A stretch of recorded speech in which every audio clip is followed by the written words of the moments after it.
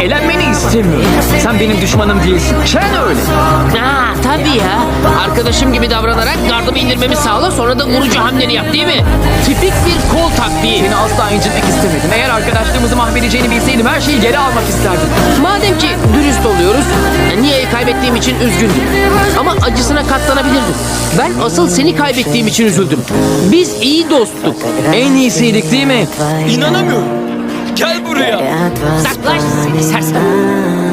Hala anılar yok mu? Yeterince anım var dostum ama içlerinde sen yok.